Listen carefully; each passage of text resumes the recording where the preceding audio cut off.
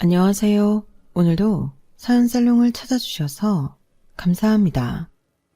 저는 결혼하고 1년 만에 시어머니 때문에 이혼하고 현재는 재혼해 어린 딸 둘을 키우고 있는 40대 여성입니다. 지금 남편과는 사실 아무런 문제가 없고 심지어 잘 지내고 있는데요.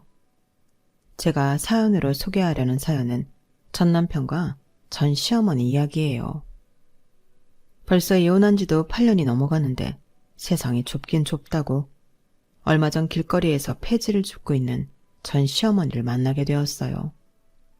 서로 외관의 모습은 많이 변했지만 그래도 한눈에 우리는 서로를 알아볼 수 있었는데 저는 당시 두 아이와 하원 후 노래까지 부르며 즐겁게 집으로 돌아가고 있던 길이었거든요. 그리고 우연이라고 하기엔 정말로 기가 막힌 운명처럼 다시는 마주치고 싶지 않았던 그 양반을 보게 되었는데요. 그 모습이 너무 초라하고 충격적이라 여운이 지금까지도 있어 사연까지 쓰게 되었어요. 사실 저는 전 남편과 연애를 꽤 오래 했었거든요. 무려 5년 넘게 연애를 하고 결정한 결혼이었는데 결혼 생활을 고작 1년밖에 하지 못했으니 주변에서도 말이 많았어요. 저는 전 남편과 문제보다는 앞에서도 언급했지만 사이코 같았던 전 시어머니와 문제 때문에 이혼했는데요. 저도 제가 이렇게 황당하게 이혼 경력을 갖게 될 줄은 몰랐어요. 사람 앞날은 아무도 모른다고 하는데 그 말이 정말이더라고요. 게다가 저는 나름 깐깐하다고 자부했던 사람인데 제가 시어머니를 제대로 알아보지 못하고 결혼을 했다는 게 너무 속상했어요. 전 남편과는 오랜 연애도 했었고 서로 충분히 잘 알고 있다고 생각해 결혼해도 우리는 친구처럼 지낼 수 있을 거라는 자신이 있었는데요. 남자친구와 남편은 완전히 다른 사람이었어요. 저랑 있을 때와 자기 엄마가 있을 때의 남편은 확연하게 달랐거든요. 왜 결혼하면 남편이 중간 역할을 잘해야 한다고 하잖아요. 결국엔 그걸 못해서 이혼하는 경우도 정말 많은데 제 남편이었던 그놈도 중간 역할을 진짜 하지 못했어요. 자기가 불리하면 중립도 지키지 못할지언정 눈치만 보며 숨어버리는 최악의 남자였어요. 그렇게 오래 연애할 때는 그놈이 그런 유형의 인간인지 몰랐기에 너무 화가 났었죠. 물론 저보다는 마음이 유약해서 주로 타인에게 거절하거나 싫은 소리는 제 전담이긴 했었는데 저런 성격이 제 속을 뒤집어 놓을 정도로 심각한 줄 몰랐어요. 게다가 결혼 전 시어머니는 자신의 본성을 철저히 숨기고 사람 좋은 얼굴을 하고 있었는데 그 얼굴에 저도 저희 친정 가족들도 모두 속았다니까요. 그리고요, 전 남편은 남매 중에 막내였는데 누나인 손이 시누이는 제주도에 살고 있어 자주 왕래하지 못했어요. 게다가 시부모님은 서로 나이 차이도 많이 나고 시아버님 가치관이나 성격이 가부장적인 면이 강해 시어머니와 사이가 그다지 좋지는 않은 것 같았는데요. 남편은 시어머니에게 유일하게 다정한 사람이었어요. 시어머니는 관심받고 싶고 사랑받고 싶은 욕구가 강한 사람이었는데 남편도 손이 신우도 그런 당신의 마음을 충족시켜주지 못했던 거였죠. 그러다 집안의 막내인 남편이 그걸 하는 유일한 자식이자 가족이었는데 그래서 시어머니의 아들 사랑은 지독했어요. 다만 그 지독한 사랑을 결혼 전에 알았어야 했는데 저는 그 사실을 결혼 후에 알았다는 게 문제였어요. 물론 자식을 사랑하지 않는 부모는 세상에 없겠지만 그 마음이 지나쳐 며느리를 당신 라이벌로 알고 주구장창 며느리인 자를 괴롭히려 했는데 진심 매일이 지옥이었어요. 그래서 저는 그 말도 안 되는 아들 사랑에 두 손 두 발 다 들고 1년 만에 이혼장 날리고 그 집을 탈출했는데요. 지금부터 제 기막힌 사연을 소개해 볼게요. 저는 전 남편을 직원과 손님으로 처음 만났어요. 제가 백화점에서 근무하는 직원이었고 남편이 손님이었는데 제가 남성 브랜드옷 매장에서 일을 하고 있었거든요.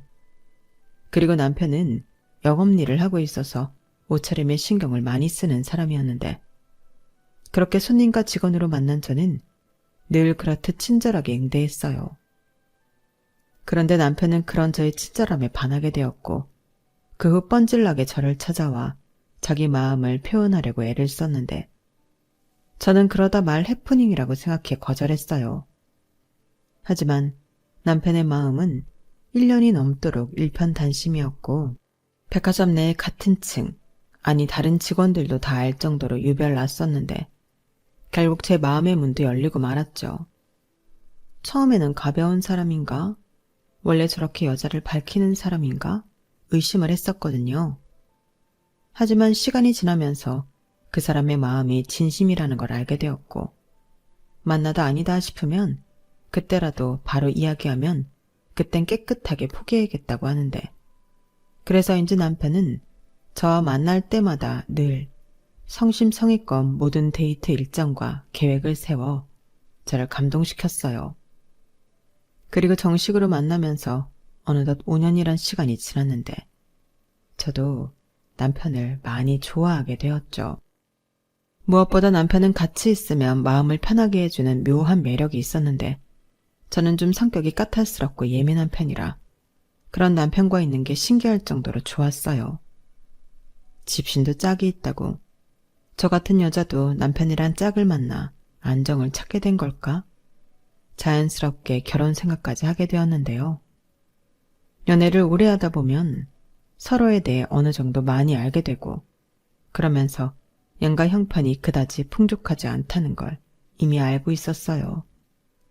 그래서 스트레스 받을 거 없이 반반 결혼하자고 남편과 합의했던 저는 큰 싸움이나 갈등 없이 결혼 준비를 할 수 있었는데 다만 신혼집 위치가 시댁과 너무 가깝다는 게 문제이긴 했어요.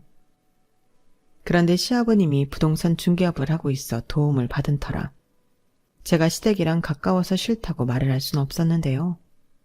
그리하여 졸지에 걸어서 10분 거리에 신혼 살림을 차리게 되었어요. 그때까진 아무리 가까운 거리에 살아도 맞벌이인데 큰 문제가 있을까 아니란 생각을 하고 있었는데 그도 그럴 게 결혼 전까지 제가 만난 시어머니는 너무나도 좋은 인자하고 이해심이 많은 분이셨거든요. 게다가 결혼 후 한 달 정도는 집들이 때 빼고 저희 집에 오신 적이 없었는데 심지어 당신 집이 가까우니 집에 오지 말라는 말도 많이 하셔서 마음을 내려놓았어요. 그런데 제가 마음을 내려놓음과 동시에 시어머니는 반찬 가져다 놓는다. 니들 바쁘니 내가 대청소 좀 해주겠다. 이런 말로 저희 집에 마음대로 드나들기 시작하셨는데 솔직히 좋지는 않았어요. 둘 다 바쁘고 저도 집에 오면 늘어지고 싶은 탓에 살림을 잘하고 있던 편은 아니었는데 그걸 무방비하게 다 들키게 생겼으니 마음이 좋지 않았죠.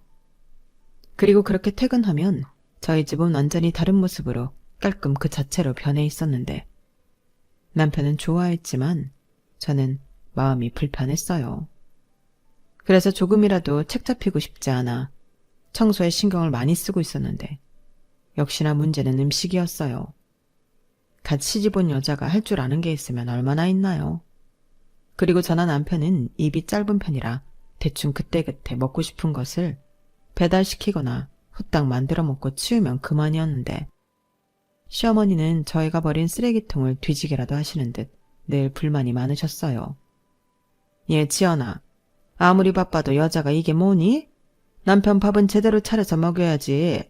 즉석밥에 냉동식품 이게 다 뭐야? 그리고 니들은 뭐 매일 술만 마시니? 이 맥주 캔이며 소주병 좀 봐. 제정신인 거야? 너는 도대체 니네 집에서 뭘 배운 거니? 어머니, 그런 말씀은 좀... 그리고 저희가 저녁 먹거나 야식 먹을 때 한 잔씩 하다 보니 쌓인 거지 하루에 많이 마시진 않아요. 그래도 그렇지. 여자가 술이라니 말도 안 되는 일이다. 너 그럼 사람들이 흉 봐? 자고로 여자는 술상이나 차리는 거지. 남편이랑 같이 술을 마신다는 건 상상도 할 수 없는 일이다.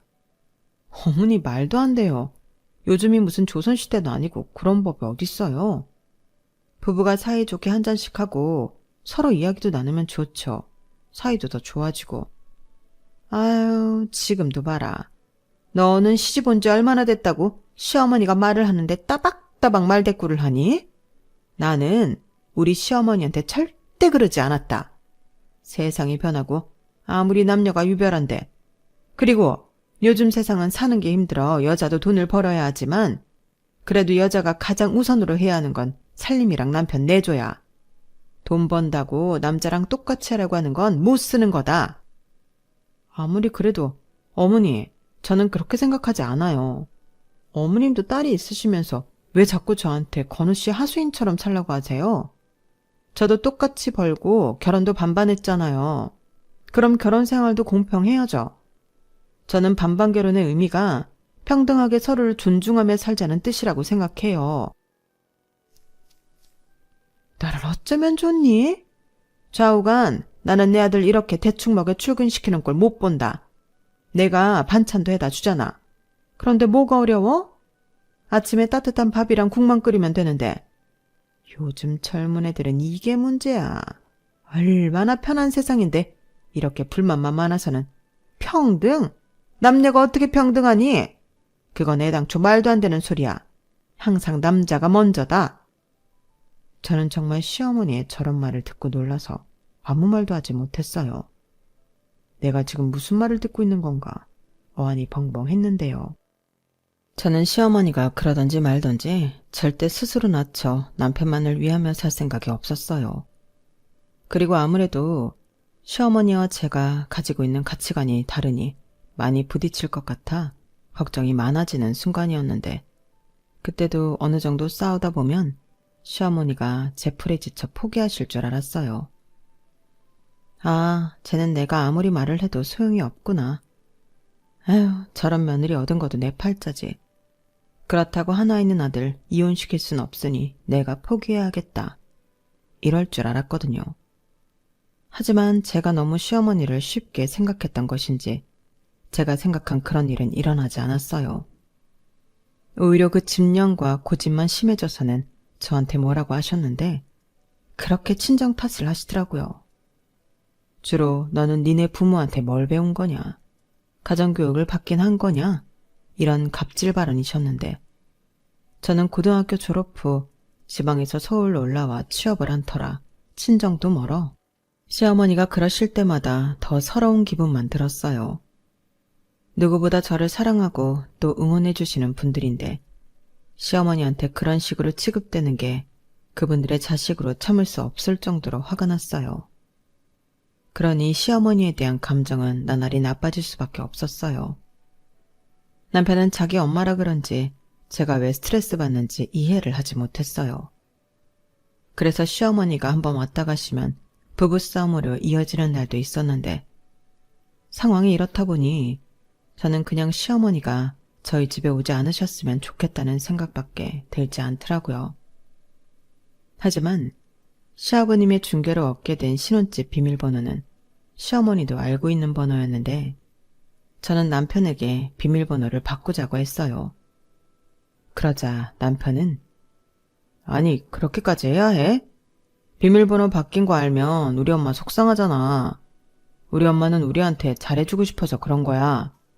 다만 방법이 좀 서툴고 엄마 고집이 있다 보니까 자기랑 부딪히는 건데 자기가 어른이니까 좀 이해해주면 안 될까? 맨날 오는 것도 아닌데 자기가 좀 장모님이라고 생각하고 받아줘. 라며 저더러 계속 이해하라고 강요했는데요. 저는 싫다고 했어요. 일주일에 한 번이든 한 달에 한 번이든 나는 우리가 아닌 외부인이 우리 집 비밀번호를 알고 있다는 게 싫다고 강하게 얘기했는데 결국 남편은 알겠다고 저한테 항복을 했고 저희는 비밀번호를 바꿨어요. 솔직히 친정엄마도 저희 집 비밀번호를 모르는데 시어머니만 자유롭게 저희 집을 드나들 수 있게 비밀번호를 안다는 것도 신경이 쓰였는데요. 그제야 마음이 놓이더라고요.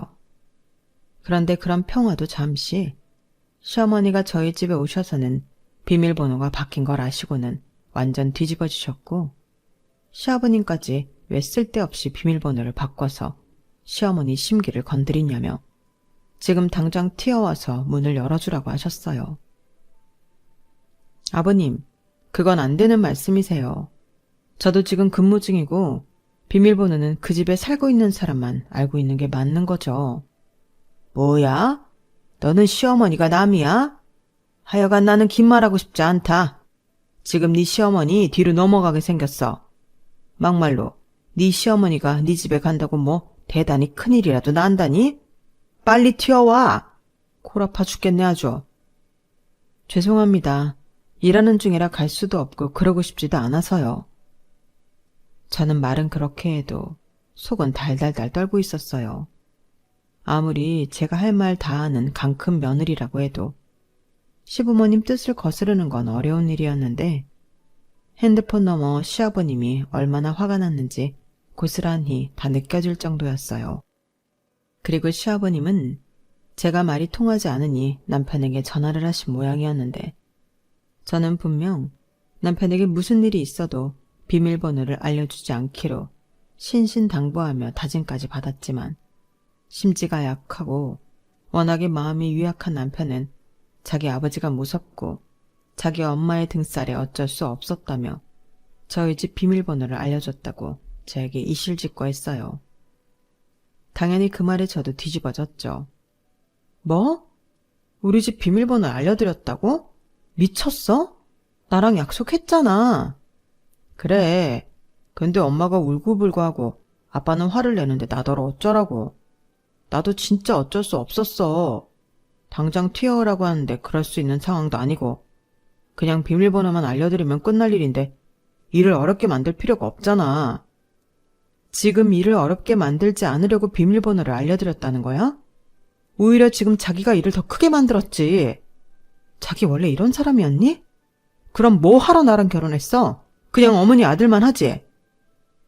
왜 또 말을 그렇게 해? 엄마잖아. 그래, 내가 약속 어긴 건 정말 미안해. 그래서 지금 이렇게 미안하다고 자기한테 혼나고 있잖아. 그냥 비밀번호 문제는 자기가 포기해라.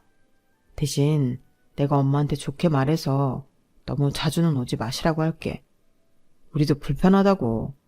그리고 오시게 되면 하루 전에는 연락하고 오시라고 하면 자기도 괜찮지 않아? 나는 장모님한테도 우리 집 비밀번호 알려드릴 수 있어. 남편은 자기 엄마보다 제가 더 다루기가 쉬운 상대라고 생각하는 데 보였어요. 그리고 자기 말처럼만 되면 아무 문제 없는 거 아니냐고.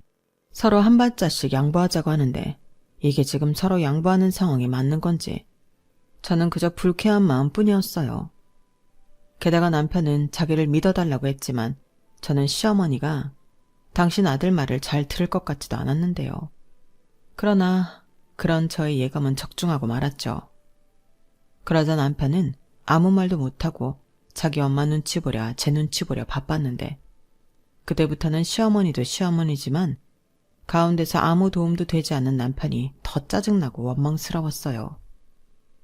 그래도 연애할 때는 제 말이라면 죽는 신용이라도 하는 사람이었는데 결혼 뒤 남편의 처신과 행동은 그저 저한테 실망스럽기만 했어요.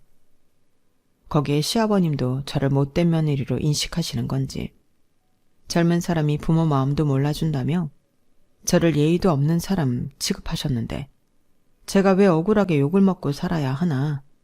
결혼한 지 얼마 되지도 않았는데 저는 날로 우울해지기만 했어요. 그러니 시댁의 시자 이야기만 나와도 저는 신경이 날카로워질 수밖에 없었는데요. 두 남자가 자기 편을 드니 기고만장해진 시어머니는 그전보다 더 자주 저희 집을 멋대로 찾아와 당신의 아지트 마냥 이용하셨어요. 제 살림살이는 물론이고 거의 매일 아침부터 저희 퇴근 시간 전까지 저희 집을 편하게 쓰시다 가는 듯 했는데 그런 의심을 하게 된 계기가 있었죠. 제 물건이 난데없이 거실에 굴러다니고 혹은 화장실에서 발견되곤 했는데 정말 이상한 일이었어요. 남편은 제가 거기에 두고 기억을 못하는 거 아니냐고 했지만 제가 제 물건 정리에 있어서는 직업상 제가 정한 곳 말고 다른 곳에서 굴러다니는 꼴을 보지 못했는데 여기서 확실한 증거는 제가 구입 후 단 한 번도 착용한 적이 없는 귀걸이 한 짝이 거실 소파 틈에 끼어 있다는 거였어요. 그 귀걸이는 제 친구 결혼식에 갈 때 착용하려고 사고 언박싱도 하지 않은 새 상품이었는데 그 귀걸이가 소파에 있을 리가 없었죠. 그리고 곧장 저는 제 화장대 서랍을 열어 귀걸이 박스부터 확인했는데 얼핏 비슷하게 재포장이 되어 있긴 했지만 열어보니 역시나 귀걸이는 한 짝밖에는 없더군요. 그때부터 저는 한 사람을 의심할 수밖에 없었는데 일단 무작정 의심을 하면 또 난리칠 것이 분명해서 저는 증거를 잡아야겠다고 생각했어요. 그리하여 안방 장롱 위에 홈캠을 설치했고 며칠 지나지 않아 시어머니가 안방에 들어와 제 물건을 뒤지고 마음껏 써보는 듯 현장에 찍힌 증거 영상을 손쉽게 확보할 수 있었는데요. 혹시나 싶어 장롱도 뒤져보니 웬걸 없어진 가방이며 지갑 같은 것도 몇 개 있더군요. 그래서 심각한 얼굴로 남편에게 그 문제의 영상을 보여줬어요. 그러자 남편은 자기도 몰래 이런 걸 안방에 설치했냐고 노발대발 개거품을 물었는데 여기서 중요한 건 그게 아니라고 시어머니의 이런 문제 행동을 어떻게 해야겠냐고 저는 따져 물었어요. 열내지 마. 나도 오죽하면 그래. 심증은 있는데 물증이 없으니까 그렇지. 내가 이런 증거도 없이 무작정 어머님이 내 물건에 손대는 것 같다고 하면 자기가 순순하게 내 말을 믿어줬을까? 나는 아니었을 것 같은데 그래서 이랬어. 아무리 그래도 이건 아니지. 입장 바꿔 생각해봐. 내가 자기 몰래카메라 설치했다고 생각하면 자기는 기분 안 나빠? 왜 엉뚱한 대열을 내? 내가 자기 몰래 찍어서 뭘 어쩔 건데? 우리 부부잖아. 그리고 출근할 때만 카메라 켜고 갔어. 자기는 찍히지도 않았다고. 자기 말처럼 자기 물건을 우리 아빠가 몰래 와서 만지고 훔쳐가고 그랬다고 생각해봐. 기분 안 나빠? 그야 당연히. 그것 봐. 나는 그 얘기를 하고 싶은 거야. 결국 자기 어머니가 우리 없을 때 우리 집에 계시니까 이런 일이 생기지. 그래서 뭐 어쩌라고. 또 비밀번호 바꾸자는 소리야? 그리고 아예 시부모님은 우리 집에 오지 않는 걸로 했으면 좋겠어. 아무리 아들 집이라고 해도 장가 보냈으면 존중해야지. 여긴 아들 집이기 전에 며느리 집이야. 우리 반반 결혼했잖아. 진짜 자기는 너무 예민해. 근데 미안하지만 나는 우리 아빠 무섭고 엄마 뒤로 넘어가는 것도 보기 힘들어. 그래? 그럼 그것 때문에 나랑 이혼해야 한다면? 결국엔 자긴 선택해야 해. 나랑 자기 엄마 중에 골라야 한다고. 자기야, 제발 그런 이상한 말 좀 하지 마. 그걸 어떻게 고르냐? 그리고 애당초 그걸 왜 골라? 자기는 자기고 엄마는 엄마지. 몰라. 그럼 나는 안방에 도어락 달 거야. 적어도 내 물건에 손대는 건 못하게 하고 싶어. 설마 그것까지 안 된다고 하진 않을 거지? 나 진짜 더는 못 참아. 알겠어. 그럼 그건 해. 대신 내가 좋게 말할 테니까 그 영상 지워줘. 괜히 그것 때문에 집안에 분란만 일어난다니까. 저는 남편의 말에 점점 희망을 잃어갔어요. 아직 결혼한 지 1년도 되지 않았는데 행복하긴커녕 둘이 아닌 셋이 사는 기분이었고 이젠 저더러 집안에 분란만 일어난다며 자기 엄마 범죄 현장 영상을 지우라니 이게 내 편인지 남의 편인지 분간이 되지 않았는데 저는 좋다고 하고 남편이 보는 앞에서 영상을 지웠어요. 왜냐하면 이미 벌써 카피본이 제 핸드폰에 있었기 때문에 그걸 지운다고 크게 달라지는 건 없었는데 저는 마지막이라고 생각하고 남편이 정말 이번에는 제대로 남편 역할을 해주길 바랬어요. 하지만 인간은 변하지 않는 종족이라는 걸 확인만 하는 꼴이 되었는데 시어머니는 제가 안방에 도어락을 달아놓자 이번에도 전화해 난리를 치셨어요. 제가 아무리 근무정해라고 해도 당신 하고 싶은 말만 되풀이 하셨는데 그때도 네가 무슨 권리로 안방을 잠그냐고 노발대발 하셨어요. 안방이 너만 쓰는 안방이야? 내 아들도 쓰는 방인데 네가 뭔데 안방을 잠가? 당장 비밀번호 풀지 못해? 이렇게 기함할 소리만 골라 하셨는데 어디까지 하시나 싶어 저는 녹화 녹음 버튼을 눌렀어요. 그러자 시어머니는 제가 아무런 대꾸도 하지 않는다고 더 열받아 녹음되고 있다는 사실도 모르고 잘도 떠드셨는데 그 내용은 더 가관이었죠.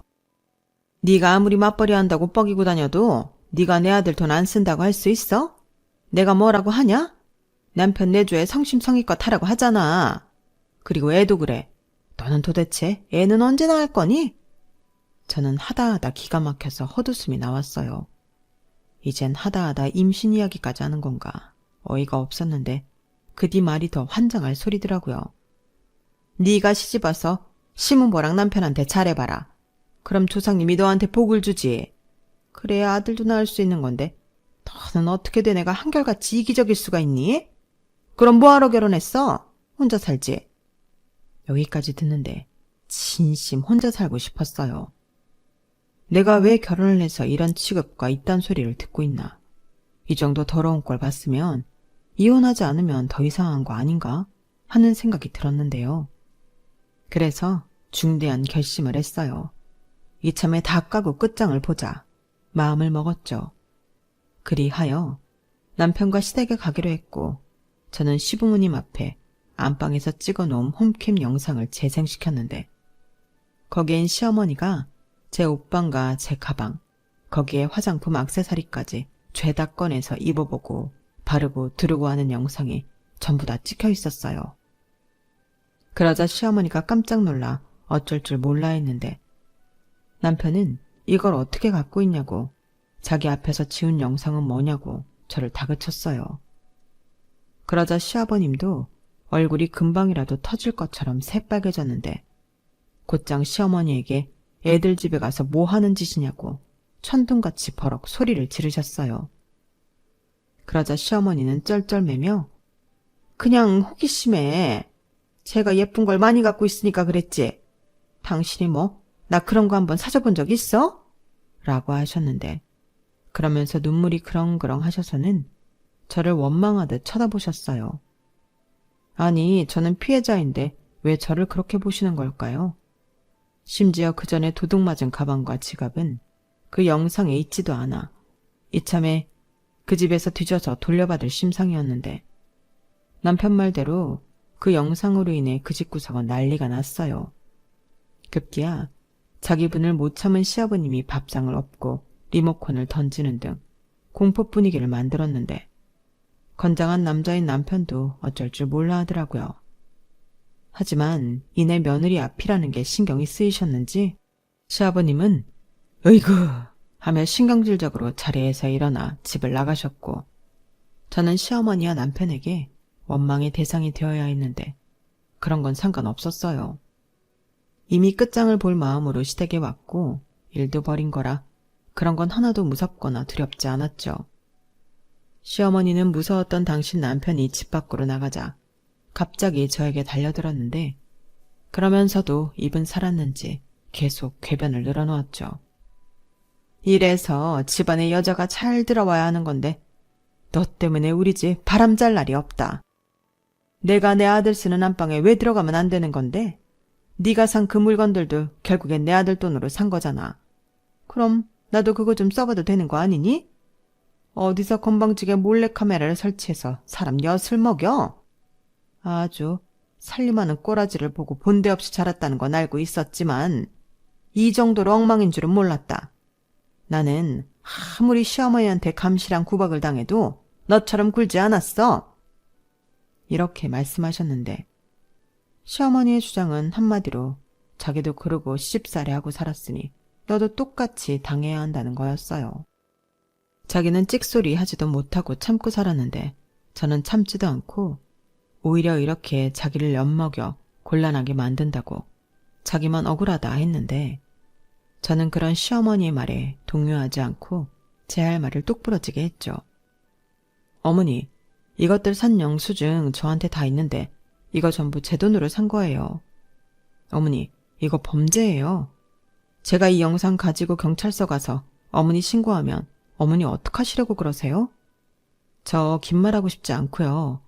장롱에서 가져간 가방이랑 지갑 돌려주세요. 그리고 다시는 저희 집에 오지 않는다고 약속해 주시면 저도 이쯤에서 그만둘게요.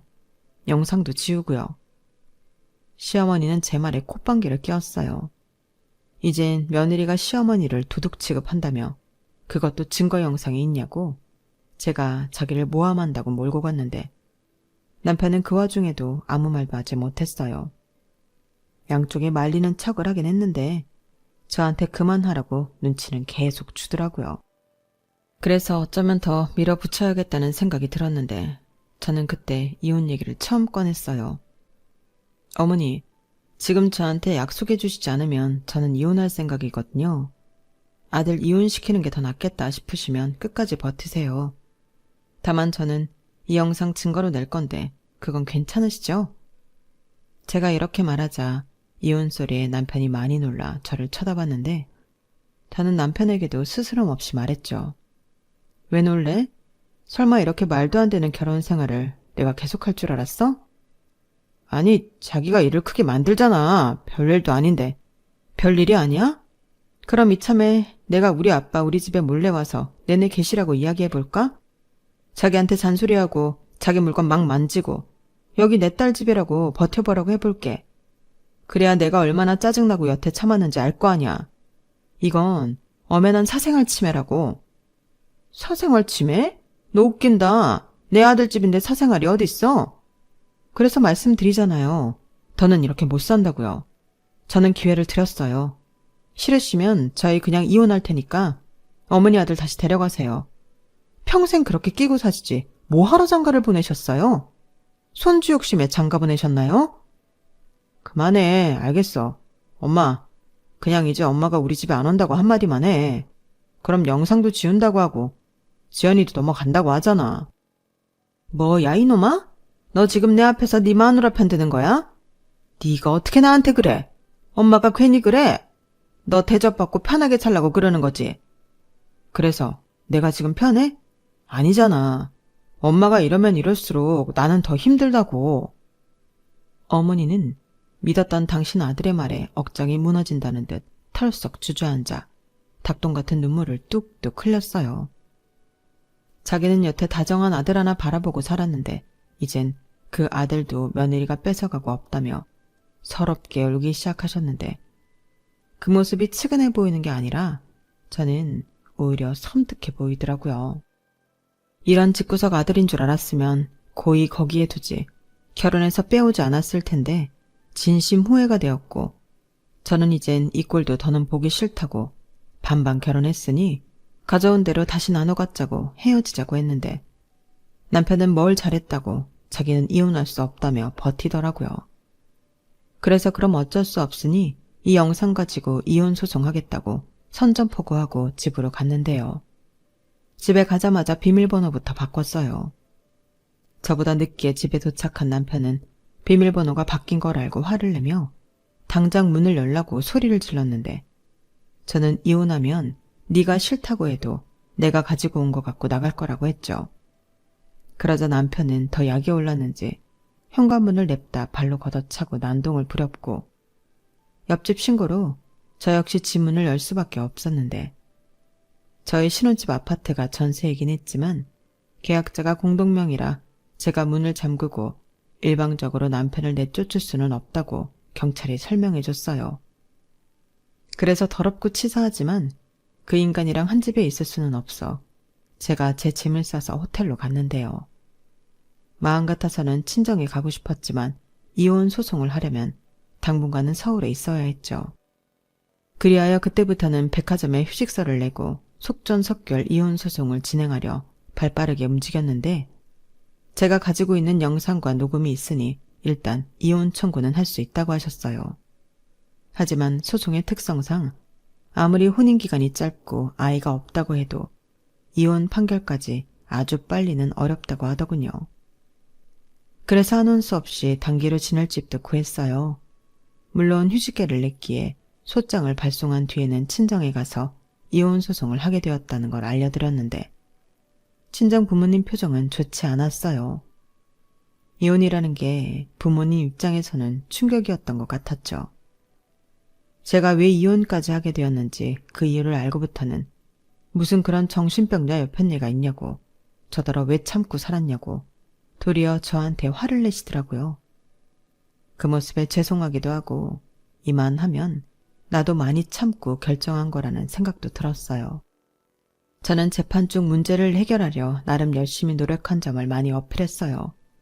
그리고 고부 사이에서 중간 역할을 잘했어야 했던 남편의 어중간한 태도와 결정적일 때 제 편이 아닌 어머니 편을 들면서 더 이상의 혼인관계를 유지할 수 없다고 강력하게 주장했는데요. 결국 시간은 좀 걸렸지만 저의 승소로 끝이 났어요. 남편과는 재산 분할이라고 할 것도 없이 전세 보증금과 살림살이를 처분해 반반씩 나누기로 했고 저는 시어머니를 상대로 위자료 청구도 했는데 시어머니 때문에 이혼하게 되었다는 것이 인정이 되어 아주 큰 금액은 아니어도 제대로 시어머니에게 한 방은 날릴 수 있었어요. 당연히 시어머니는 인정할 수 없다고 또 뒤집어졌죠. 하지만 이미 법원에서 판결이 난 일이었고 시어머니의 말로 빼도 박도 못하는 상황이었는데 시아버님은 그딴 위자료 줄 수 없다며 버티셨고 하는 수 없이 남편이 자기 엄마가 물어야 할 위자료도 대신 내줬죠. 덕분에 저는 1년 만에 결혼 생활을 끝내면서 돈이라도 더 쥐고 나올 수 있었는데요. 일단 심신이 지쳤기에 저는 고향으로 내려가 시간을 보냈어요. 그러다 다시 백화점 일을 하기보다 다른 일을 하고 싶어 바리스타 자격증을 따고 카페에 취직해 일을 하기 시작했는데 이게 의외로 제 적성에 맞아 재미있었어요. 그래서 그렇게 모은 돈과 경험을 토대로 이혼한 지 2년 만에 작은 가게지만 저만의 카페를 차렸습니다. 지금 재혼한 남편은 제 카페에 자주 오던 단골 손님이었어요. 이젠 손님과 눈 맞아 연애하는 건 절대 하지 않겠다고 생각했는데 제가 워낙 다른 곳에 갈 일이 없고 사람도 카페에서 일하며 만나는 사람이 아니면 누굴 만날 기회도 없었으니 제 결심과 다르게 손님과 다시 연애를 하게 되었는데요. 그때는 제가 이혼한 지 2년밖에 되지 않아 무척 조심스러웠어요. 게다가 상대는 결혼한 적이 없는 초혼이기도 해서 굉장히 조심스러웠는데요. 어째 그만둬야 한다고 생각하니 애틋한 마음만 많아져서 나중엔 제가 더 그 남자를 좋아하게 돼버렸어요. 하지만 차마 이혼녀 주제에 고백할 용기는 없었는데 그 남자가 먼저 손을 내밀었죠. 제가 이혼 경력이 있다는 걸 알면서도 그런 건 중요하지 않다고 저에게 다가와줬는데 저는 그게 콩깍지인지 뭔지 모르지만 그 남자의 말에 감동했어요. 그렇게 조심스럽게 연애를 시작했고 저는 한번 크게 대였기 때문에 연애는 할지언정 결혼은 생각도 없었어요. 우연이지만 전 남편이 제가 카페도 차리고 연애도 한다는 사실을 알고 질투인지 뭔지 개거품을 물고 난리를 피운 적이 있었어요. 그때 제가 재빠르게 경찰에 신고해 큰 피해는 없었지만 심장이 벌렁거려 많이 놀랐더랬죠. 그리고 제가 경찰서에 있을 때 그때 당시는 남자친구였던 지금의 남편이 달려와 줬어요.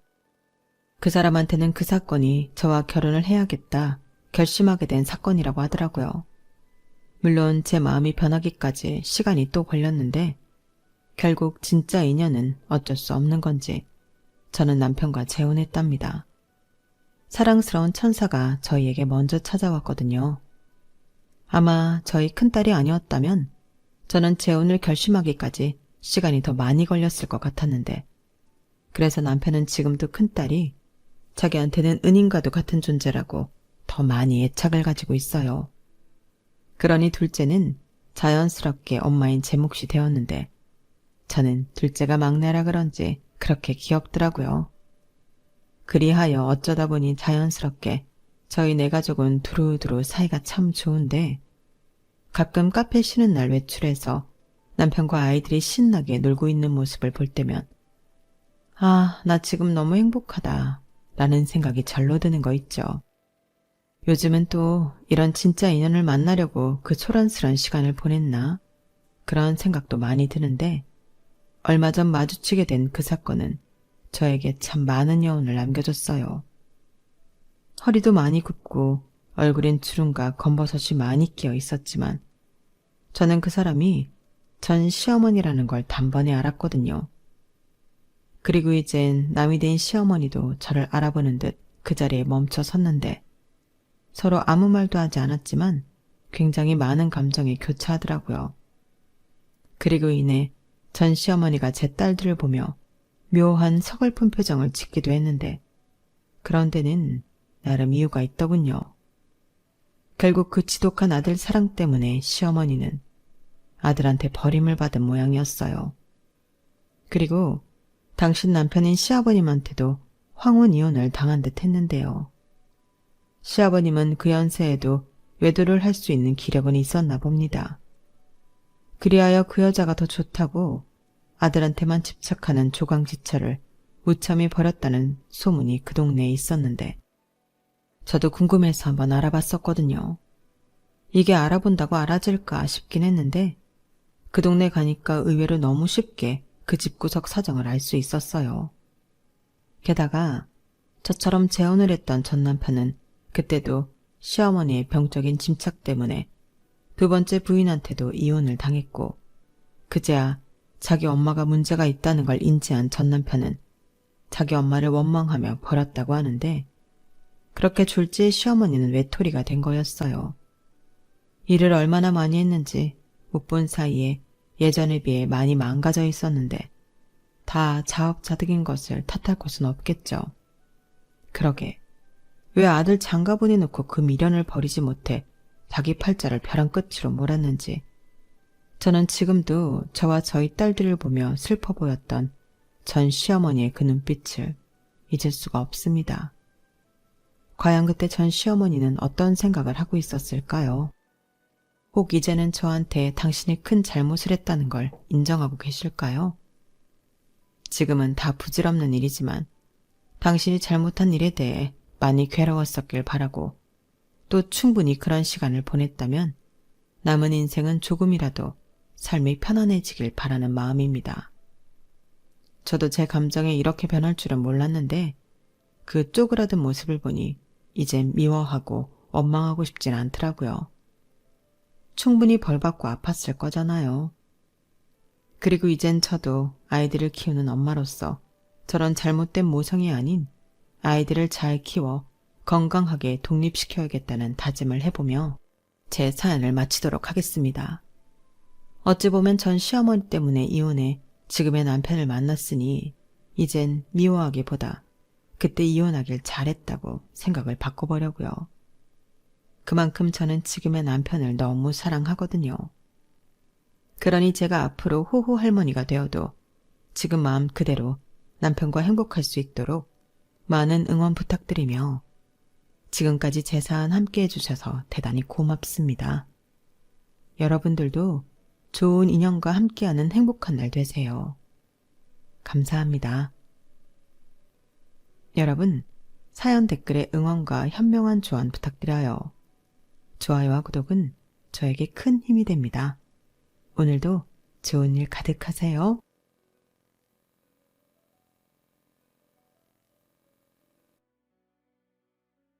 안녕하세요. 오늘도 사연 살롱을 찾아주셔서 감사합니다. 결혼한 지 4년차가 된 아이들 엄마입니다. 남편과는 2년간의 연애 끝에 결혼하게 되었고 싸우며 맞춰가는 과정도 있었지만 나름대로 둘만의 방식으로 잘 극복해가며 평온하고 행복한 결혼 생활을 하고 있어요. 시부모님도 남편도 모두 좋은 사람들이라 주변에서 넌 결혼하고 더 잘 풀리나 보다. 시댁복이 있는 것 같다는 소리를 참 많이 들었거든요. 그런 제가 이런 곳에 사연을 쓰게 될 줄은 몰랐어요. 집안일을 할 때 틀어놓고 들으면 적적함이 덜해서 좋아하던 채널이었는데 보통은 남편이나 시댁과의 갈등의 사연으로 많이 등장하곤 했으니까요. 그런데 제가 간과하고 있던 존재가 있더라고요. 시부모님과 남편 말고도 시댁에 다른 구성원이 있다는 사실을요. 그건 바로 시동생과 동서였어요.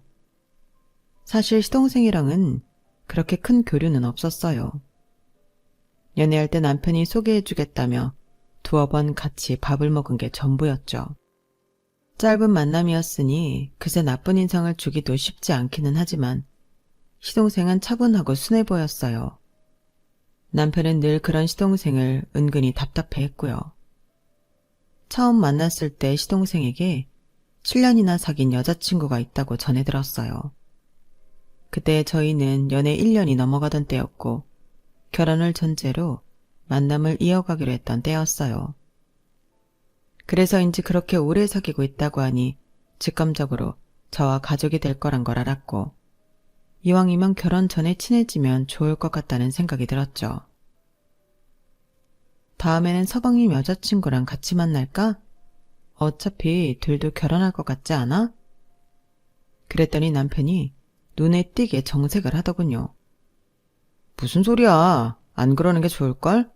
그리고 우리 집에선 동생이랑 그 여자 결혼 엄청 열심히 반대하고 있어. 지금까진 결혼을 해도 형이 먼저 가야 된다는 말로 버텼는데 이제 내가 결혼한다고 하니까 부모님도 아마 얼마 못 버티실 것 같네. 왜? 왜 그렇게까지 반대하시는데? 부모님 눈엔 사람이 영 별로였나 봐. 사실 내가 봐도 어딘가 좀 쎄하고 동생이랑도 여러 번 싸우고 헤어졌다가 다시 만나고 난리도 아니었어. 그 무던하고 차분한 애가 여러 번 미치려고 했다니까? 그래? 그래도 그렇게 오래 만나는 데는 이유가 있지 않을까? 아무리 지지고 볶고 싸워도 좋으니까 만나는 거겠지 뭐. 우리도 다 그렇게 생각했지. 근데 이게 반복되니까 좀 문제가 있어 보이더라고. 아무튼 당신은 결혼하기 전까진 안 엮이는 게 좋아. 괜히 피곤하잖아. 남편이 하도 말리기에 쓸데없는 호기심은 접기로 했어요. 그렇게 시간이 흘러 결혼 날짜가 정해졌고 몇 개월 후에 뜻밖의 소식이 들려왔죠. 결국 부모님도 두 손 두 발 드셨네. 동생도 내년에 결혼한대. 뭐? 내년? 우리 결혼하는 해에? 그러니까 역시나 우리가 결혼하기만을 기다렸던 것 같더라고. 몇 년을 기다렸는데 이제 더 이상 미루면 안 된다길래 말릴 방법도 없고 해서 결국 허락하셨나 봐. 어쩔 수 없지 뭐. 자식 이기는 부모 없다잖아. 이렇게 된 거 잘 지내봐야지. 결혼 시기가 6개월밖에 차이가 안 나는 바람에 결혼 전 동서와 인사는 한 번 주고받은 걸로 퉁쳤어요. 처음 본 동서는 이야기 듣던 것과는 다르게 쌩글쌩글 잘 웃고 부침성도 좋은 인상이더군요. 어머, 저랑 1살 차이밖에 안 나시는구나. 저희 친언니도 형님이랑 같은 나이거든요. 앞으로 자매처럼 잘 지내봐요. 형님도 이야기 들어서 아시겠지만 제가 이 집안 식구들은 다 꿰고 있거든요. 형님은 아직 어머님 아버님도 낯설 텐데 제가 잘 챙겨드릴게요. 어르신들이 은근히 깐깐하신 데가 있어서 비위 맞추기 여간 어려운 게 아니거든요. 어머, 그래요? 하긴 저보다는 많이 보고 지내왔을 테니까 잘 알겠네요. 잘 부탁해요. 낯도 가리지 않고 어색하지 않게 말도 잘 붙여오는 모습에 호감인 부분도 있었지만 처음부터 묘하게 저와 자신을 묶어 시댁과 선을 그으려는 모습이 보이더라고요. 그래도 그때는 둘 다 이제 막 시집 오는 입장에 며느리끼리 전우회 같은 걸 다지고 싶었나 보다 생각하고 넘어갔어요. 비슷한 처지인 저에게 마음 붙이고 더 친해지고 싶어 그럴 수도 있겠다고 생각했거든요. 그래서 처음엔 저도 잘 받아줬어요. 수다스러운 성격이 피곤할 때도 있었지만 그만큼 분위기 메이커이기도 했거든요. 하지만 둘 다 결혼식을 올리고 본격적으로 시댁 행사에 참석하게 된 후부터 동서는 조금씩 제게 선을 넘나드는 질문을 하기 시작했어요. 형님은 근데 한 번도 어머님 아버님한테 결혼 반대 안 당하셨어요? 어른들이 막 좋아하실 스타일은 아닌 것 같은데? 어른들이 좋아할 스타일이 뭔데? 내가 그렇게까지 발랑 까진 스타일은 아니지 않나? 아니, 막 청순하고 참해 보이는 스타일은 아니시잖아요. 같은 여자들끼리는 딱 보면 아는 기가 좀 센 느낌? 형님은 요즘 기 세다는 말이 나쁜 뜻 아닌 거 아시죠? 은근히 기분 나쁜 말로 괜히 사람 심기를 건드리기도 했고. 형님, 근데 뭐 하나만 여쭤봐도 돼요? 이건 정말 궁금해서 그래요. 뭔데? 혹시 형님네 결혼하실 때는 어머님 아버님이 얼마나 보태주셨어요? 어? 동서, 아무리 그래도 뭐 그런 걸 물어봐. 궁금해도 물어볼 게 있고 안 물어볼 게 있지. 우리끼리인데 뭐 어때서요? 어머님 아버님 성격에 그렇게 형제 차별해서 지원해 주시지 않았을 것 같은데 그렇게 예민하게 반응하실 필요 없어요. 나쁜 뜻으로 물어본 거 아니에요. 뜻이야 어쨌든 내가 고지고대로 대답할 이유는 없을 것 같아. 예민한 부분이라 예민하게 반응한 거고 대답 들어서 서로 좋을 거 없잖아. 솔직히 그렇게 이야기하고 다닐 만큼 지원을 받지도 못했어. 어머님 아버님도 자수성가하신 분들이라 우리도 자립하길 원하셔서 남편이랑도 다 상의 마치고 결혼했고 나도 그게 당연하다고 생각해서 시댁에 딱히 뭘 바라진 않았어. 네? 정말요? 어머님 아버님이 형님 좋아라 하시는 이유가 있구나. 결혼하면 자립하는 게 당연하긴 하지만 언젠가부터 그게 당연하지 않은 세상이 되었잖아요. 더군다나 저희 시댁 같은 경우는 잘 사는 편이기도 하고 자립도 말이 쉽지 현실이 그렇지가 않잖아요. 아무튼 동서네가 얼마나 지원받았는진 몰라도 이런 질문은 삼가해줘. 나도 별로 동서네가 얼마나 지원받았는지 알고 싶지도 않고 궁금하지도 않아. 저희도 얼마 지원 못 받았어요. 형님도 아시잖아요. 어머님 아버님이 저 결혼 반대하신 거. 혹시나 저 밉다고 남편이 받아야 할 돈도 못 받고 결혼한 거 아닌가 좀 신경이 쓰이더라고요. 그래서 여쭤봤어요. 있는 사람들이 더 한다는 말이 그냥 있는 말인 줄 알았는데 아니네요. 남편 어릴 때 얘기 들어보면 넉넉하게 자랐길래 좀 보태주실 줄 알았는데 형님이랑 아주버님한테까지 그렇게 아끼셨을 줄이야. 좀 그렇긴 하네요. 하다 결혼할 때 얼마나 받았는지까지 물어보더군요. 친근함을 가장해서 그런 걸 알아내려고 하는 태도가 정말 속보이고 싫었죠.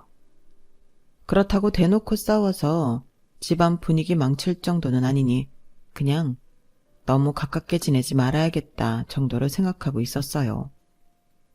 서로 거리를 좁히지 않으려고 조심했음에도 동서는 종종 눈살을 찌푸릴 만한 언행을 보이더군요. 한 번은 시댁에 꽤 큰 일이 터졌어요. 은퇴 후 모 아파트 경비원으로 일하고 계시던 아버님께서 주민들의 싸움에 휘말려 다리를 크게 다치게 되신 일이 있었어요. 술에 취한 주민들의 싸움을 말리려다 잘못 세게 밀쳐지며 발을 헛디디셨고 큰 통증을 호소하셨어요. 병원에 가보니 인대가 늘어나 한 2달은 깁스를 하며 물리치료를 받아야 한다고 판정받았어요. 어머님도 놀라셨고 식구들 모두 큰 충격에 빠졌죠. 아버님, 당분간 일은 쉬셔야겠어요. 그래요, 이 다리로 어떻게 일을 하겠어요. 아유, 그래도 그만한 곳이 없는데.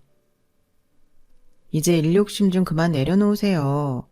아버지 연세에 그렇게 악착같이 일하실 필요도 없잖아요. 에휴, 그래도 계속 들어오는 돈이 있어야 내가 이 사람 맛있는 거라도 한번 더 사주고 하는데. 됐어요. 맛있는 거는 무슨. 나이 다 들어서 먹고 싶을 만큼 먹을 거 다 먹고 살았지. 이제 안 먹어도 돼. 아버님은 다리를 다치시고 당장 당신의 몸 회복보다 어머님 걱정부터 하시더라고요. 그 모습이 이상하게 집에 돌아오는 내내 마음에 걸리더라고요. 그래서 남편에게 먼저 말을 꺼냈어요. 우리가 어머님 아버님 용돈 좀 보내드릴까? 아버님 나을 때까지만이라도. 응? 그래도 괜찮겠어? 아무래도 신경이 쓰여서. 아까 좀 알아보니까 경비일은 은퇴하신 분들이 지원자가 많아서 아버님 나을 때까지 기다렸다가 다시 채용해주지는 않을 것 같더라고.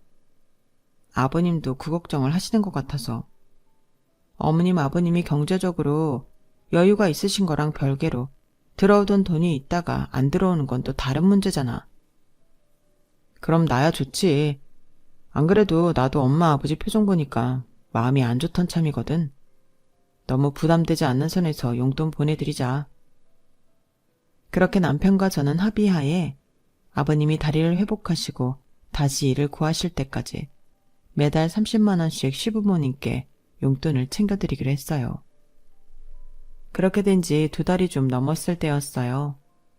아버님을 병원에 모시고 가는 날 시댁 식구들이 모여서 맛있는 것을 사들고 방문했어요. 어머님, 아버님이랑 챙겨 드실 간식 좀 사왔어요. 동네에서 줄 서서 먹는 화과자집인데 모양도 너무 예쁘고 맛있더라고요. 아유, 고마워라. 이런 거 비쌀 텐데 뭐 이런 걸 다 사와. 매달 용돈 보내주는 것만 해도 고마워 죽겠는데. 그 돈은 아버님이랑 따로 맛있는 거 사드시면 되죠. 맛있게 드셔주시면 그걸로 충분해요. 이런 이야기를 나누는데 옆 얼굴에 엄청나게 따가운 시선이 느껴지더군요. 무심코 돌아보니 동서가 눈을 엄청나게 크게 뜨고 절 쳐다보고 있었어요. 입 밖으로 꺼내진 않았지만 용돈이라는 말에 놀란 모양이었어요. 어머님과 이야기가 끝나자마자 동서가 잠시 할 말이 있다며 저를 끌고 가더군요. 처음에는 왜 상의도 없이 우리끼리만 용돈을 보냈냐고 물어보려는 줄 알았어요. 형님, 아니 용돈이라니 그게 무슨 얘기예요? 저희야 당연히 작은 집에 부담을 주기 싫어서 그랬던 거라 우리끼리 조용히 적은 금액으로 보내드리려고 했다고 대답은 다 준비해둔 상태였죠. 그런데 동서는 예상과는 전혀 다른 소리를 했어요. 형님이 아주버님이랑 그렇게 용돈을 보내드리면 저희 집은 뭐가 돼요? 애 키우기도 빠듯한데 무슨 어머님한테 용돈까지 보내요. 미리 얘기 못한 건 미안해. 그런데 얘기하면 동선에도 괜히 보내야 할 것 같은 기분이 들까봐 안 했어. 부담 주기 싫어서. 네, 그건 알겠어요. 그런데 이런 거는요, 좀 해드리고 싶어도 서로를 생각해서 안 하는 게 맞는 거죠. 저희 부담될까봐 걱정해 주신 건 고마운데요. 저는 그냥 형님이 답답하고 걱정돼서 그래요. 난 동선 말이 이해가 안 되는데 뭐가 답답하고 뭐가 걱정된다는 거야? 저희 부부 입장이 곤란해진다는 거죠. 그리고 형님도 애 키우느라 드는 돈도 많을 텐데 뭐하러 그러세요? 착해도 너무 과하게 착하신 거 아니에요? 아버지 깁스해봤자 몇 개월 뒤면 푸실 거고 아버님 성격에 일 바로 다시 구해서 시작하실걸요? 우리 처지를 생각해 보세요. 모아놓은 재산 많은 분들도 잠깐 이신다고 저렇게 불안해하는데 우리는 딱히 이렇다 할 재산도 없잖아요. 우리가 아무리 열심히 일하고 모은다고 시댁만큼 잘 산다는 보장도 없잖아요. 그런 마당에 먹고 살만한 분들한테 용돈을 보내드린다고요? 뭐 그런다고 어머님 아버님이 형님한테 조금이라도 더 재산 챙겨주실 것 같으세요? 제가 봤을 땐 절대 그런 분들 아니니까 꿈 깨시고 현실적으로 생각하세요. 아니 동서, 지금 대체 무슨 소리라는 거야? 내가 아버님 어머님한테 재산 한 푼 더 받아보려고 이런다는 거야? 어떻게 사람 성의를 그런 식으로밖에 생각 못해? 재산 주신다고 하면 감사히 받겠지만 애초에 그거 생각하고 당장 나갈 돈 쓰는 사람이 어딨겠어.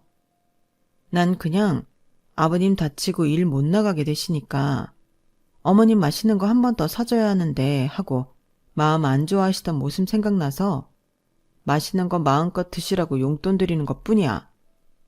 그렇게 서로 부담되는 금액으로 드리는 것도 아니고. 동서가 뭔가 착각하고 있는 것 같은데? 그래요? 그럼 얼마 드리고 있는지 물어봐도 돼요? 그걸 왜 물어? 동서도 드리게? 부담 안 되는 선이 어느 정도인지 궁금해서요. 금액적인 거 묻지 말아줄래? 전에 말했듯이 불편한 질문은 대답하기 싫어서.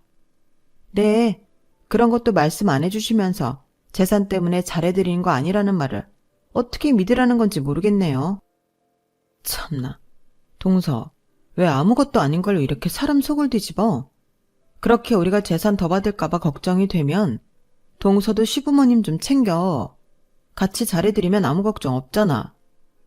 그 대화 이후로 저를 대하는 동서의 태도는 한층 더 불량해졌어요. 사람이 호의를 베푼 걸 어떻게든 시댁의 재산과 연결지어서 난리치는 꼴이 정말 기가 막히고 어이가 없더군요. 그렇게 한바탕 싸우듯 이야기하고 자리로 돌아와서는 180도 태도를 바꿔서는 어머님 팔짱을 끼고 아양을 떨더군요. 어머님, 다음부터는 저희도 용돈 보태서 드리려고요. 형님네만 계속 용돈 드리면 너무 부담될까 봐서요. 아유, 그럴 것 없다. 너희가 이렇게 우리를 잘 챙겨주니 그 마음이 참 고맙고 예쁘구나. 동서가 보란듯이 아양을 떨길래 대체 시부모님에게 얼마나 보내려나 좀 궁금해지긴 하더라고요. 그날 이후로 동서는 시댁 모임이 있을 때마다 꼭 그 용돈 언급을 하곤 했어요. 어머님, 지난달에 보내드린 용돈은 잘 쓰셨어요? 뭐 하셨어요? 맛있는 거 사드셨어요? 그럼 잘 쓰고 있다. 그런데 너희가 보내주는 돈을 막 쓰기가 어려워서 쓰고 남는 건 모아두고 있어. 어머, 뭘 또 모으고 그러세요. 막 쓰셔도 되는데. 하긴 두 집에서 보내는 거니까 금액이 좀 되기는 하죠? 순간 그때 어머님 표정이 미묘하게 변하는 걸 읽었어요. 왜 그러시지 싶긴 했지만 너무 짧은 순간이라 제 착각이었나 싶더군요. 그 후로는 금방 대화 주제가 바뀌어 그 일을 한참 동안 잊고 있었어요. 그런데 몇 주 뒤 어머님과 대화를 하다가 우연히 어이없는 사실을 알게 됐어요. 얘야, 이런 걸 묻기가 좀 뭐하다마는 내가 궁금한 게 있어서. 네, 어머님, 말씀하세요. 너희랑 둘째네랑 같이 용돈을 보내주고 있다고 들어서 혹시 전에 혼자서 용돈 보내줄 때는 부담이 많이 됐었니? 생각할수록 조금 미안해서. 네? 아니에요, 어머님. 그렇게 부담될 금액 같으면 드릴 생각도 못했죠. 남편도 저도 일하고 있는데 30 정도면 부담될 금액은 아니죠. 더 못 드려서 오히려 죄송한 마당이에요. 그럼 지금은 그 돈을 둘째네랑 나누고 있다는 거지? 네? 아니요. 동선에는 따로 보내드리고 있는 거 아니었어요? 저희는 전에 보내던 대로 보내드리고 있는 거고요. 그래? 지난번에 둘째 며느리가 돈을 많이 보내니 남지 않냐고 묻길래 조금 의아해서. 둘째는 너한테 돈을 보내서 두 집이 합쳐서 내기로 했다고 하던데? 사실 30만 원이 그렇게 금액이 크다고 표현하기엔 조금 애매하지 않니? 그래서 좀 이상한 생각이 들어서. 좀 불편하긴 해도 이런 건 내가 확실하게 알아두는 게 좋을 것 같아서 물어보게 됐구나. 어머님이 이야기를 듣고 경악을 금치 못했어요. 알고 보니 동서는 전혀 용돈을 드리지 않고 있으면서 저희 집에서 용돈을 많이 드린다고 제멋대로 추측한 모양인지 어머님 아버님께는 그 돈을 본인도 같이 포함해서 내고 있는 거라고 이야기한 것 같더라고요. 시댁에서도 큰 금액이 남느니 뭐니 까불어대길래 동선에도 저희랑 비슷한 액수로 용돈을 보내드리고 있나 보다. 그 정도로만 생각하고 있었는데 어머님께서 혹시나 동서가 제게 보내고 있다던 돈이 어디로 가고 있는 건가 이상하다 싶어서 물어보셨던 거예요. 하마터면 집안 전체에 큰 오해가 번질 뻔했던 거죠. 정말 어이가 없고 기가 막혀서 동서에게 따지려고 했지만 남편이 뜯어 말리더군요. 당신이 참아. 어차피 재수씨 저런 사람인 거 말로만 안 하지. 우리 식구들 다 알아. 저렇게 염치 없고 뻔뻔한 태도 때문에 우리 가족이 못마땅해 했던 거고. 그래도 어떻게 은근슬쩍 저런 거짓말을 쳐. 진짜 이건 완전 선 넘었지. 어머님이 안 물어봤으면 어쩔 뻔했어. 얼마나 떵떵거리고 살았겠냐고. 어차피 저런 거짓말은 금방 들통나게 되어 있어. 엄마도 진실을 아셨으니 다음부턴 한 번 더 의심해 보시겠지. 남편이 위로해줬지만 별로 위로가 되진 않더라고요. 동서의 만행은 그뿐만이 아니었어요. 아버님의 산재처리나 보험금 서류 정리를 해야 하는데 어머님께서 바쁜 아들들 대신 시간적 여유가 있는 며느리들이 처리해줬으면 하시더라고요. 아마 어머님께서는 육아만 하고 있는 동서가 처리해주길 내심 바라고 하신 말씀 같았어요. 저는 아이를 키우면서 프리랜서로 일을 받아서 하고 있던 터라 상대적으로 여유가 없는 편이었거든요. 다행히 동서도 바로 알아들었는지 웬일로 자기가 하겠다고 나서더군요. 어머님, 형님은 바쁘시니까 제가 해드릴게요. 아유, 그래주면 너무 고맙지? 어머님도 동서가 선뜻 하겠다고 할 줄은 예상 못하셨는지 눈에 띄게 기뻐하셨죠. 그렇게 그 문제는 동서와 서방님이 알아서 하겠거니 싶어 저는 완전히 잊어버리고 있었어요. 서너 달쯤 지났을 때 어머님에게 전화가 한 통 왔어요. 신청 서류 일부가 누락됐는데 계속 서류를 못 받아서 처리가 안 되고 있습니다. 네? 우리 며느리가 다 냈을 텐데요. 어머님은 깜짝 놀라셨고 그대로 동서에게 전화를 걸었다가 제게 전화를 하셨어요. 첫째야, 네가 서류 처리해주기로 했다면서 처리가 아직도 안 되고 있다고 연락을 받았는데 어떻게 된 거냐? 네? 어머님, 그건 동서가 해주기로 했던 건데 저는 완전히 손 떼고 있었어요. 그치? 나도 그래서 둘째한테 먼저 전화를 했었는데 그땐 그렇게 이야기하고 둘이서 따로 이야기했다면서 네가 맡기로. 이건 또 무슨 소린지 뚜껑이 확 열리더군요. 어머님이야 동서 말을 고지고대로 듣고 전화하신 거니 더 드릴 말씀도 없었어요.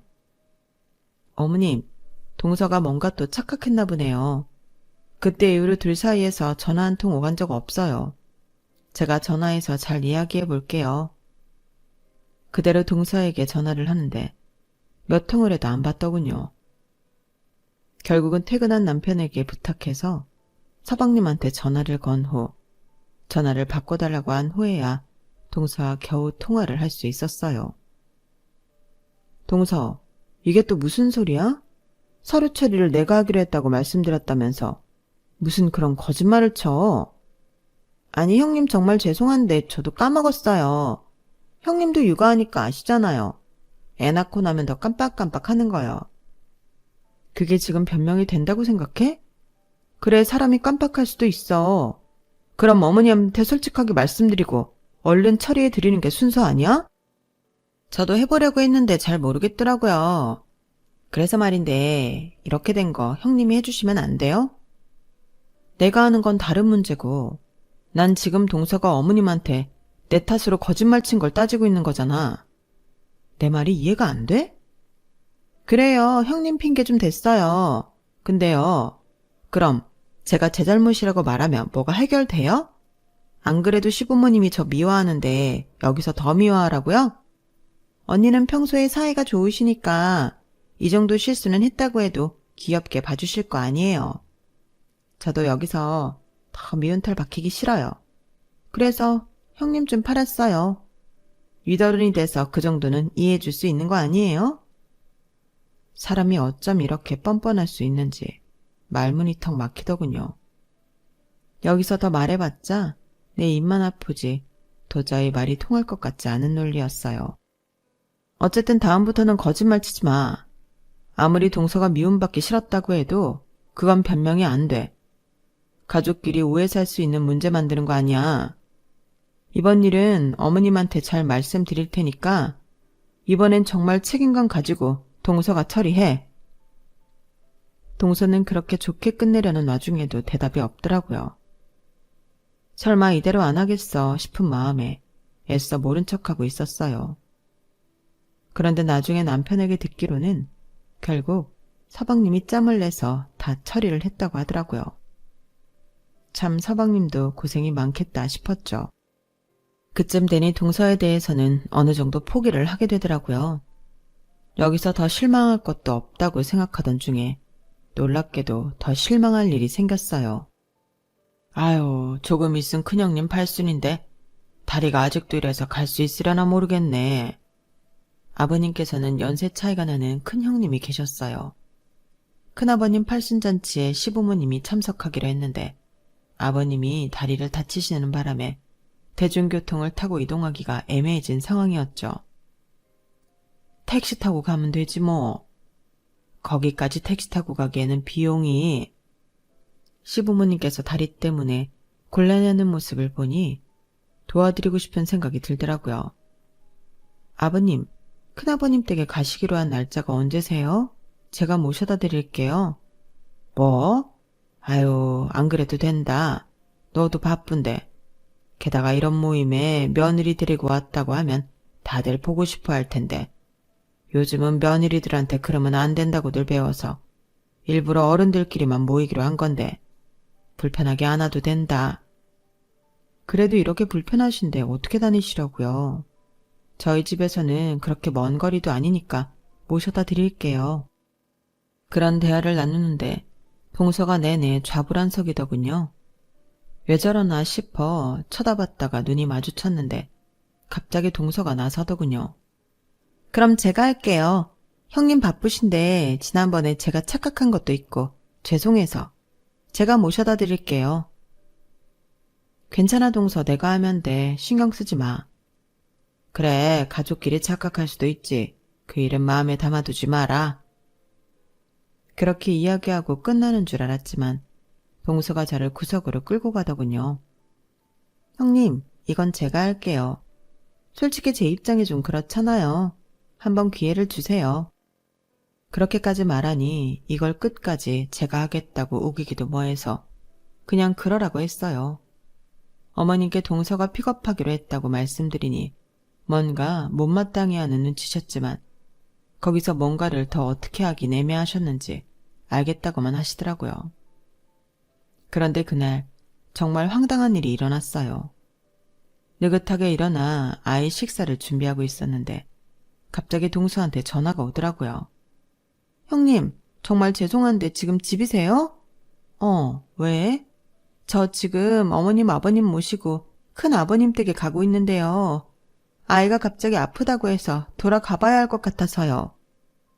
뭐라고? 그럼 어머님 아버님은 어떡하고? 마침 제가 가는 길에 지금 형님네 동네 근처거든요? 혹시 형님이 모셔다 드릴 수 있으세요? 이렇게 갑자기 이야기하면 나도 곤란한데. 아무튼 알겠어. 애가 아프다는데 어떡해. 우리 집 주소 알지? 근처로 와서 주차시켜줘. 장소 알려주면 바로 갈게. 아이가 얼마나 아프고 위급하길래 그럴까 싶어서 그땐 동서를 의심해볼 생각은 해보지도 못했어요.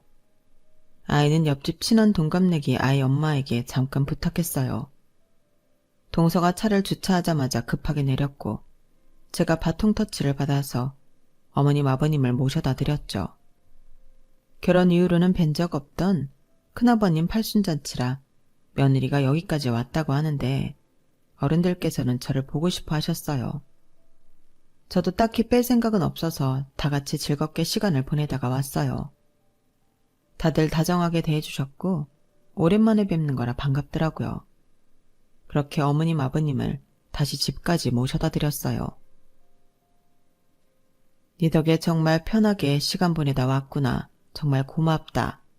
그러니까 너 아니었으면 우린 거기까지 가는 거 꿈도 못 꿨을 텐데.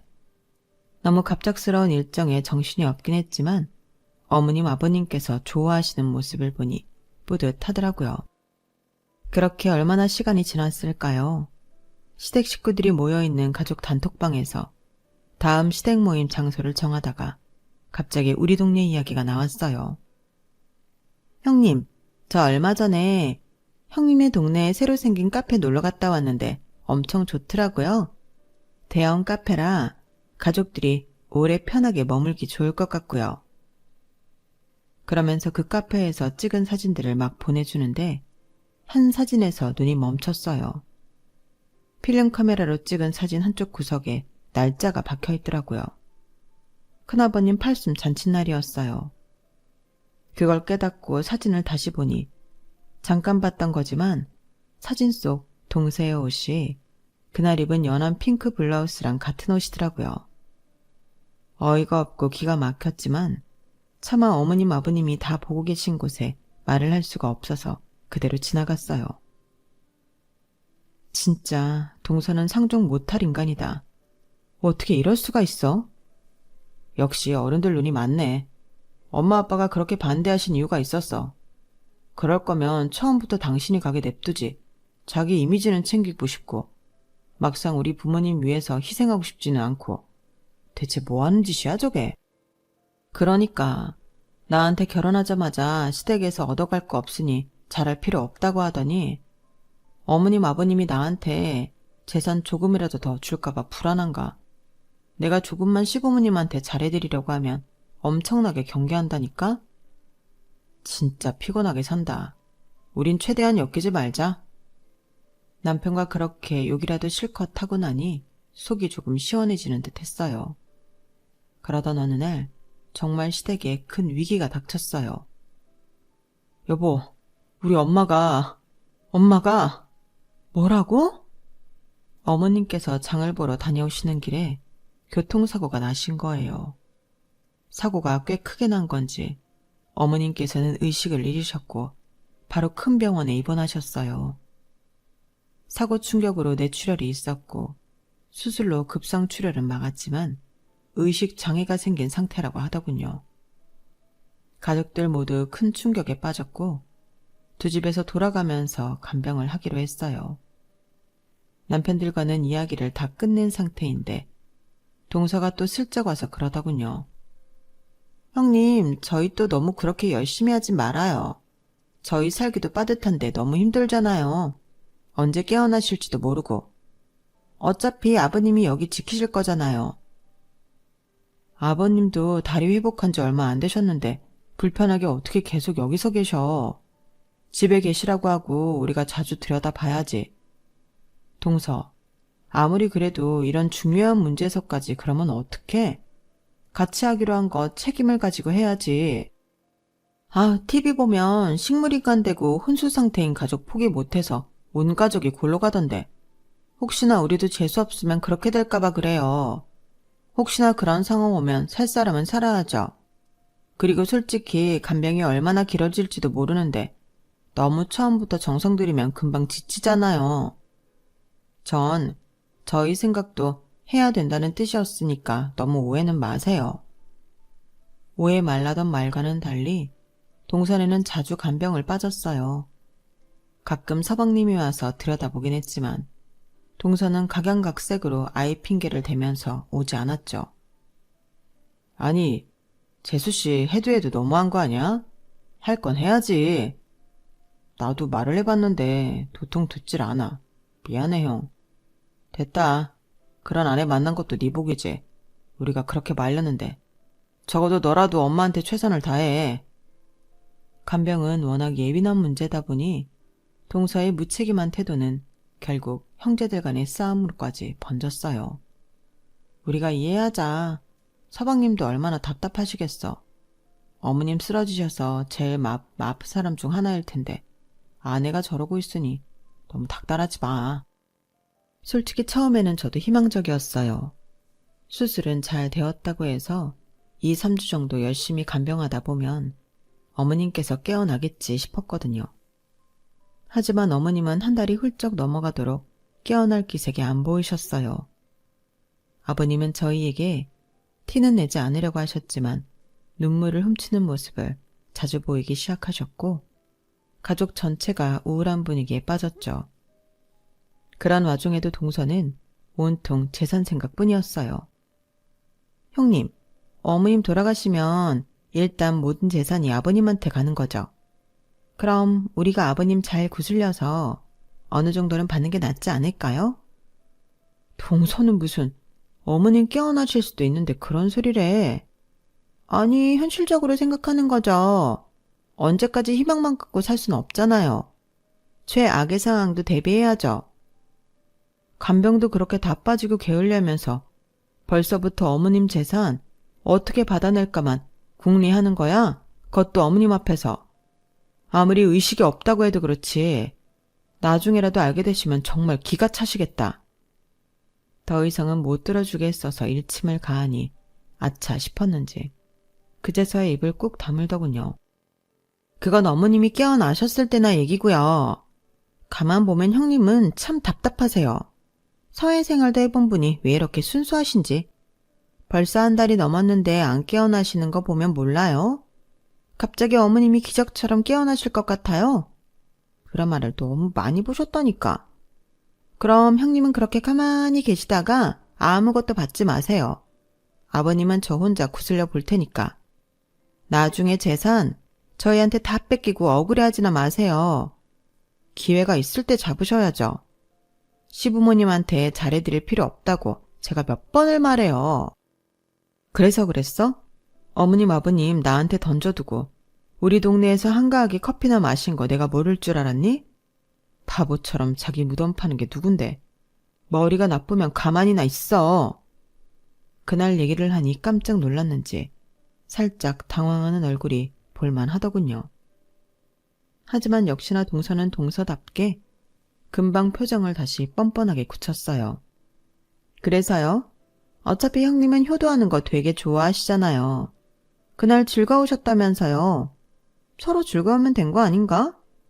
그리고 전 아버님 설득해서 어머님 보내드릴 거예요. 이렇게 누워서 가족들 집만 되는 거 어머님도 원치 않으실걸요? 뭐라고 동서? 지금 동서가 무슨 말하고 있는지 알기는 해? 아버님이 설득한다고 설득이 되겠어? 모르죠. 아버님도 매일 우울하고 지쳐 보이시던데. 이렇게 살 바엔 깔끔하게 보내드리고 새 인생 사는 게 아버님도 낫지 않겠어요? 목구멍까지 욕이 올라오려던 찰나 갑자기 꿈 같은 일이 벌어졌어요. 죽은 듯 누워만 계시던 어머님께서 갑자기 벌떡 일어나 동서의 뺨을 후려치셨어요. 그 순간 너무 현실성이 없어서 영화 속 슬로우 모션처럼 느껴지더군요. 어머님. 동서도 어안이 벙벙하고 놀라서 뺨을 붙잡고 울음까지 터뜨렸어요. 너, 인연, 보자 하니까 뭐? 보내드리고 새 인생을 살아? 어머님, 어떻게 되신 거예요? 의식이 돌아오신 거예요? 너무 당황해서 어버버거리는 거 말곤 저도 할 수 있는 게 없었어요. 어머님은 잔뜩 화난 얼굴로 동서를 노려보다가 제 손을 꼭 잡아주시더군요. 의식 되찾은 지는 조금 됐다. 그런데 내가 꼭 확인해보고 싶은 게 있어서. 아, 어지러워라. 어머님께서는 갑자기 무리하셨는지 살짝 어지러워하셨어요. 재빨리 어머님을 부축해드렸지만 오랜 기간 누워만 계셨던 탓에 많이 힘겨워하시더라고요. 내가 다 했던 거 안다. 의식은 잃었어도 다 듣고 다 느꼈다. 둘째 처년이 낯설어지고 심상치가 않다길래 이야기하는 것 좀 들어보려고 깨어난 건 일부러 말을 안 하고 있었는데 이렇게 빨리 진심을 듣게 될 줄은 나도 몰랐구나.